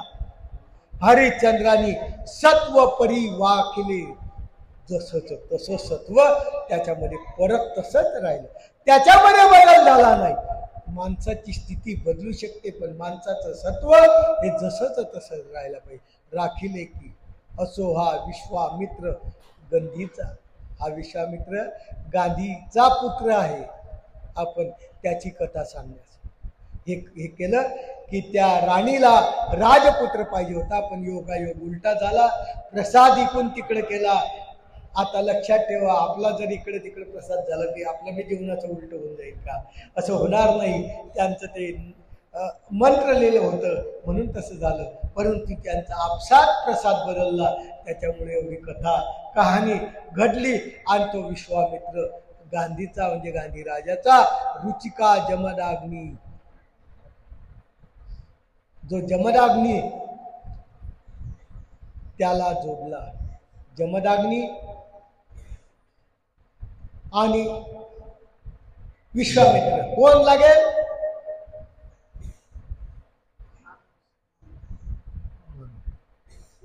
अशा प्रकारचा तो जमदाग्नी जोडला.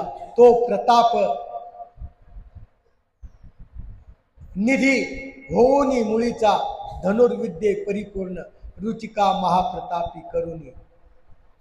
तो असा असलेला जमदाग्नी राज्यावर बसला. राज्यावर बसला आणि तो प्रतापी झाला, धनुर्विद्येमध्ये परिपूर्ण झाला. रुचिका म्हणे महाप्रताप करुणी, कृनपा रेणुराया नंदनी, अति गजरे आणले प्राणी. अति गजरामध्ये त्याला आणल्या गेलं. पातला सदनी रुद्धपुराला आला. रेणुका उदरी परशुराम. जमदाग्नाचं लग्न झालं. जमदाग्नीच्या पत्नीचं नाव काय? रेणुका. आणि या रेणुकेच्या उदरी जो मुलगा झाला त्याचं नाव परशुराम. तो विष्णू अवतार, तो विग्रह होता देव. विद्या अभ्यार्थनी कैलास धाम, असो सांप्रत रुचिक ऋषीची कथा. अशा प्रकारची रुचिक ऋषीची कथा सांगता सांगता पूर्वाच इतिहास त्यांनी आपल्याला सांगून टाकला. श्याम कर्ण पावला तुरेशी. श्याम कर्ण त्यांनी प्राप्त केले आणि श्याम कर्ण पाहून दत्तात्रय प्रभू बाबाचं चिंतन नामस्मरण केलं. त्याची इच्छा पूर्ण झाली. आपण सुद्धा परमेश्वराची भक्ती करावी. प्रत्येक अध्याय हेच सांग. दत्तात्रय बाळकिडा लावायचा हेच असत. प्रत्येक अध्यायाच्या शेवटी प्रत्येक वेळेस वारंवार आपण विसरून जासान म्हणून सूचित करतात. वारंवार की आपण चिंतन करा. रुचिक ऋषींनी चिंतन केलं, रुचिक ऋषींनी नामस्मरण केलं म्हणून त्याची इच्छा पूर्ण झाली. त्याप्रमाणे आपणही परमेश्वराचं चिंतन करा, तरच आपली इच्छा पूर्ण होईल. पुढे 6 अर्जुने वराशी पुढची कथा 6 अर्जुनाची आहे. जमदाग्नी ऋतू झाला तेही कथा वदे परमामृत. श्रोते हो प्रसिजे एक चित्त. श्रोत्यान हो फक्त एक चित्त लावून कथा ऐका. एक चित्त समजते ना. बसायचं, डोळे लावायचे.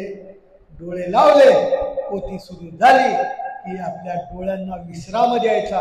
मग 11 वाजले की शेजारचे उठवतात. 11 वाजले की आपल्या डोळ्याची जी स्वस्थता आहे ते काय होते, भंग होऊन जाते. परत गप्पा मारायला सुरुवात होते. असं चित्त नाही. एक लक्षाने झोपायचं नाही. जो झोपला त्याचा कार्यभाग बुडाला. झोपला तो झोपला. कारण अनंत सृष्टी अनंत युगी तम स्वरूपात आपण सर्व झोपलेलो होतो. आपण झोपलेलो होतो. मायेने धक्का मारून उठवलं तरी बी आता झोपतोय. तिथं झोपलो होतो, धक्का मारून उठवलं, इथं आणलं, इथंही आपण कुठेही बसलो तरी झोपतो. विशेषतः प्रवचनात झोपतो, मंदिरात झोपतो, बसमध्ये झोपतो, ट्रेनमध्ये झोपतो, एरोप्लेनमध्ये झोपतो. म्हणजे सगळीकडे झोपतोच. एकाग्र मन कुठं होणार आहे आपलं? एकाग्र करायला गेले की झोप लागते. म्हणून बाबांना झोपायचं नाही. ते म्हणतात श्रोते हो ऐका एक चित्त देऊन, एक चित्त एक लक्ष देऊन तुम्ही कथा ऐका. श्री गुरु गोविंद क्षत्र, गोविंद जे आहेत त्यांचं क्षत्र माझ्यावर आहे. मी मुकुंद नावाचा सूत तुम्हाला वारंवार प्रार्थना करतो. हा कवी लेखक तुम्हाला वारंवार प्रार्थना करतोय की झोपू नका. एक लक्ष टक लावून हा ग्रंथ ऐका. अशा प्रकारचा ग्रंथ हा दत्तात्रय प्रभू बाबाच्या कृपेच्या माध्यमातून, देवल्य ऋषीच्या अथक प्रयत्नातून हा दत्तात्रय बालकिडा आपल्याला या महाराष्ट्रात जन्मलेला आहे. आपल्याला कळालेला आहे. तो दत्तात्रय प्रभू महाराज या महाराष्ट्रामध्ये आलेला आहे. अशा प्रकारचा हा मुकुंदराज भांबीरकर 8 अध्यायामध्ये 8व्या अध्यायामध्ये आपल्याला ही कथा सांगत असताना ही कथा आपण आपल्या अंतःकरणात जोपासावी आणि जोपासावून त्याचं वर्णन आपल्या अंतःकरणात सतत आठवावं अशी विनंती करतो आहे. असा हा 8वा अध्याय आपला या ठिकाणी संपला.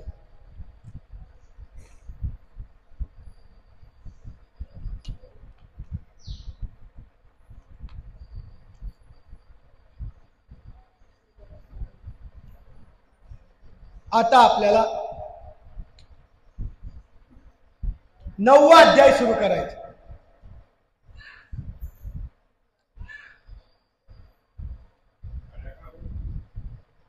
नाही इतक्या वेळ कसा चालला जातो घसा.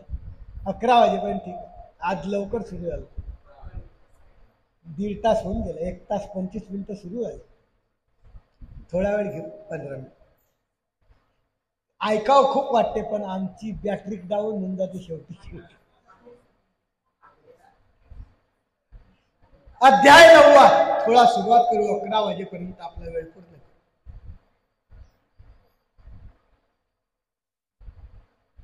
सहसार्जो पा दत्तात्रय प्रभू बाबाच्या संबंधात आलेला एक एक भक्त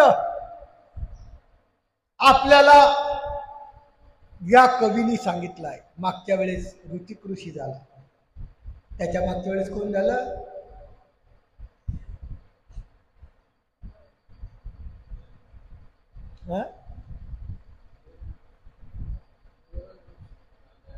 देवल्य ऋषी. सांगत जा जोरात. देवल्य ऋषी झाला. ऐकून येत ना आम्हाला. मी कसा आहे बैरा माणूस आहे म्हणून माईक घेऊन जा. अशा माध्यमातून अरळक राजाची कथा आपण आज सुरू करणार आहे. आणि हा अरळक राजा सुद्धा या त्रिभुवनाचा राजा होता. परंतु प्रत्येकाचा संबंध दत्तात्रय प्रभू बाबाशी कसा आला हा महत्वाचा. ही जोड आपल्याला शोधायची आहे. म्हणून जय जयाजी अनंत नयना अनंत चक्षु अनंत श्रवणा अनंत पाणी अनंत चरणा अनंत जना पाळकातू असो हे पार्वती देवल्य मुनी अशिता विनवी कर जोडुनी श्री दत्त चरित्र वदा अवलोकनी भवा खंडनी होय जन आशीत निबोधी देवला प्रती श्री दत्त लीळा आकर्णी धरती जन बंधनादी पाशे तुटती नामे लहाती स्वानंद सुखे मागा लापनिके ऋषी नंदन श्री दत्त तिष्ठवी श्याम कर्ण सांप्रत्य अध्यायी लीळा मोदन वधू प्रमाण कथा चाली महा काविता पाटन स्वतंत्र विभव वस्ती महापुण्य क्षेत्र कार्तिक नृप जन्मला.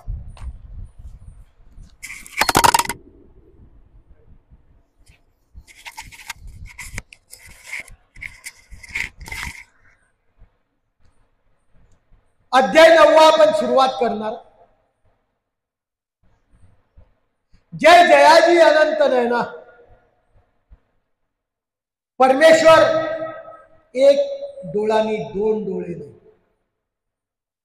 आपण समोर पाहिलं मागचं दिसत नाही. माग पाहिलं समोर दिसत नाही. इकडं पाहिलं इकडचं दिसत नाही. आणि परमेश्वर अनंत नाही. कुणीकडेही पाहतो. सर्व दृष्ट असलेला परमेश्वर अनंत चक्षु अनंत श्रवण कान भी अनंत.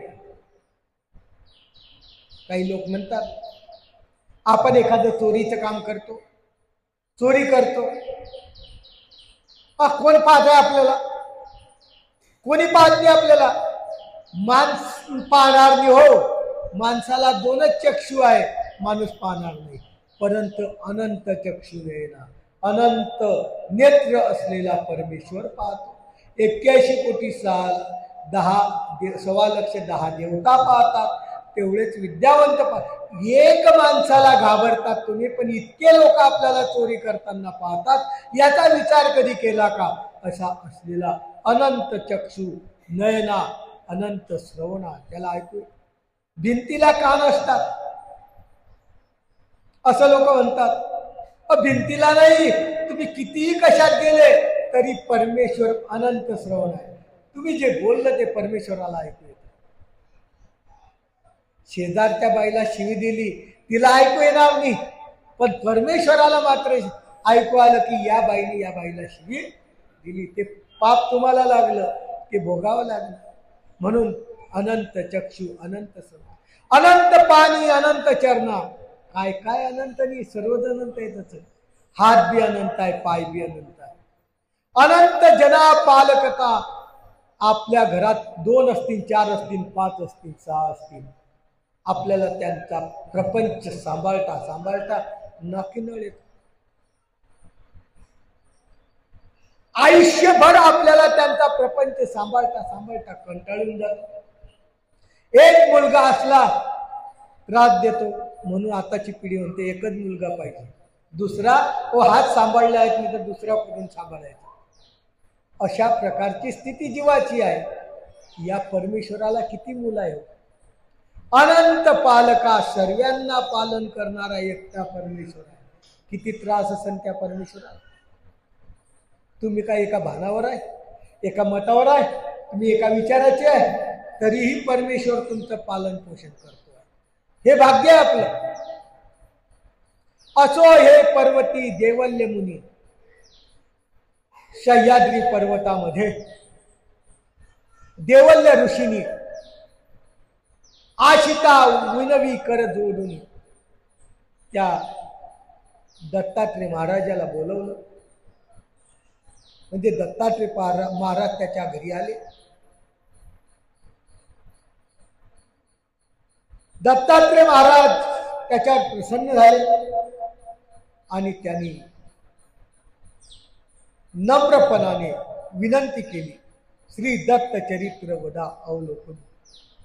त्या आम्ही इथं राहा, इथंच तुम्ही कल्पांतपर्यंत राहावं, इथंच तुम्ही निद्रा करावी, इथंच तुम्ही चरित्र तुमचे करावे आणि ते चरित्र आम्ही पाहावे. असे चरित्र वदा अवलोकने, असे अवलोकन चरित्र आपण ऐकतो आहे. भवा खंडनी होय जन.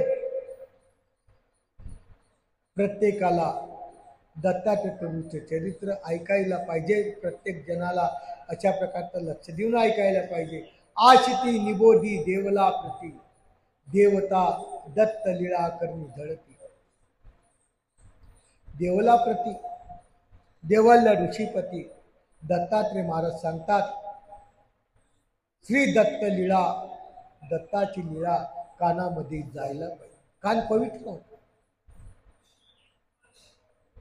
कान हे पवित्र होतात. आपले कान पवित्र होण्यासाठी दत्तात्रय प्रभू बाबाची लीळा आपल्याला ऐकावं लागेल. जनबंधनादी फाशे तुटते. काय होईल? नुसतं ऐकलं की किती मोठा फायदा होईल. पण कसा? ऐकल्यानंतर ते अंतःकरणात गेलं पाहिजे तर फायदा. नाही तर ऐकण्याचे 3 प्रकार आहेत. दृष्टांत दिलेले आहेत स्वामींनी. एक माणूस राहतो, त्याला मूर्त्या पाहिजे असतात. तो बाजारात जातो, त्याच्या हातात एक काडी राहते. तो काय करतो? काडी घेतो, ती मूर्ती एखादी उभी आहे अशी, त्या मूर्तीच्या कानामध्ये काडी घालतो. कानामध्ये काडी घातली, अशी घातली की ते या दुसऱ्या कानातून बाहेर निघते. हे मूर्ती काही कामाची. दुसऱ्या मूर्तीजवळ जातो, दुसऱ्या मूर्तीजवळ काडी घालतो, या कानामध्ये कानात घालतो, ती तोंडातून बाहेर निघते. ही बी मूर्ती कामाची नाही. त्याला कोणती मूर्ती पाहिजे? तिसऱ्या मूर्तीजवळ जातो. तिसऱ्या मूर्तीजवळ जातो, कानामध्ये काडी घालतो, काडी घातली की ते आतमध्ये जाते, बाहेरच निघत नाही. ही मूर्ती चांगली आहे. हा सिद्धांत दृष्टांत आला. याचा सिद्धांत आपल्यासाठी सांगतो की आपण दत्त चरित्र ऐकताना कसं ऐकायला पाहिजे, चित्त देऊन ऐकायला पाहिजे, ऐकताना कसा भाव पाहिजे. म्हणून ते म्हणतात जनबंधनादी फाशे तुटतील. आपल्याला लागलेले कर्म तुटतील. कोणाचे? एखादे काय करतात? दत्त बाळकीला ऐकतात, या कानाने ऐकतात, या कानाने नळी फुंकली सोनारे, इकडून वारे इकडे. म्हणजे इथं आहे तोपर्यंत, इथून उठले बाहेर. काय सांगितलं? काही सांगितलं काही कळालं नाही. माझे तर डोळे लागत होते. मला तर झोप येत होते.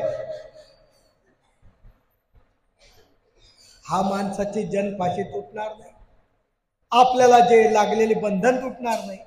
दुसरा व्यक्ती कानामध्ये काळी घातली, तोंडातून बाहेर आली, असे ऐकणारे या ठिकाणी आहे. ते ऐकणारे काय करतात? ऐकतात, इथं ऐकून घेतात, बाहेर जाऊन दुकान लावतात, म्हणजे बडबड करतात तोंडाने, आचरण करणार नाही. पण त्याचं बडबड मात्र काय कीर्तन होतं वा रात्री, कसं होतं काय समजलं नाही, पण काय कीर्तन होतं, फक्त कीर्तन होतं. त्याचा आदर्श काही घेतला नाही, तोंडातून फक्त फेकून दिलं बाहेर. तिसरी मूर्ती अशी आहे की जेवढे कानात काळे घातल्यानंतर ते आतमध्ये गेली, बाहेर आलीच नाही. तशा प्रकारचा जो श्रोता आहे, अशा श्रोत्यांनी दत्तात्रय बाळकीला या कानातून घेऊन अंतःकरणापूर्वक पोहोचवली, ती बाहेर आलीच नाही. त्याचे जनबंधनादी फाशे तुटले, त्याच्याच कर्माचा नाश होईल, बाकी दुसऱ्या लोकांच्या कर्माचा नाश होणार नाही. नामे लहाती स्वानंद सुख, नामाच्या माध्यमातून स्वानंद सुख आपल्याला निर्माण होईल. मागा लापनिक ऋषीनंदन दत्त तिष्ठवी श्याम कर्ण. मागच्या कथेमध्ये श्याम कर्ण ऐकलं. सांप्रत्य अध्यायामध्ये आपण लीळा ऐकायची आहे, प्रमाण ऐकायचं आहे, आणि ते प्रमाण आपण सहस्र अर्जुनाचा ऐकणार आहे. ती कथा आपण दुपारी सुरुवात करणार आहे. म्हणून बाबांनो, आपण जे जे ऐकू, या 3 पुतळ्याच्या माध्यमातून आपल्याला जो योग्य पुतळा वाटतो ते आपण करावं. ते जे दत्तात्रय बाळकीला आहे ते आपल्या अंतःकरणात जावी, अंतःकरणात जाऊन प्रभूचं चिंतन करावं. चिंतन करून आपण त्या प्रभूचे कमीत कमी 10 मिनिटं, 15 मिनिटं, 20 मिनिटं तरी आपण आठवण करावी. आठवण करून प्रभूच्या चरणाला लीन व्हावं. दत्तात्रय प्रभू बाबाची भक्ती भाग्यवानी मिळालेली आहे, ती तुमची सदोदित पूर्व रूपाला जावो, दत्तात्रय प्रभूच्या जवळ पोहोचो, अशी प्रभूचरणी प्रार्थना करतो. आजचं सत्र संपलं.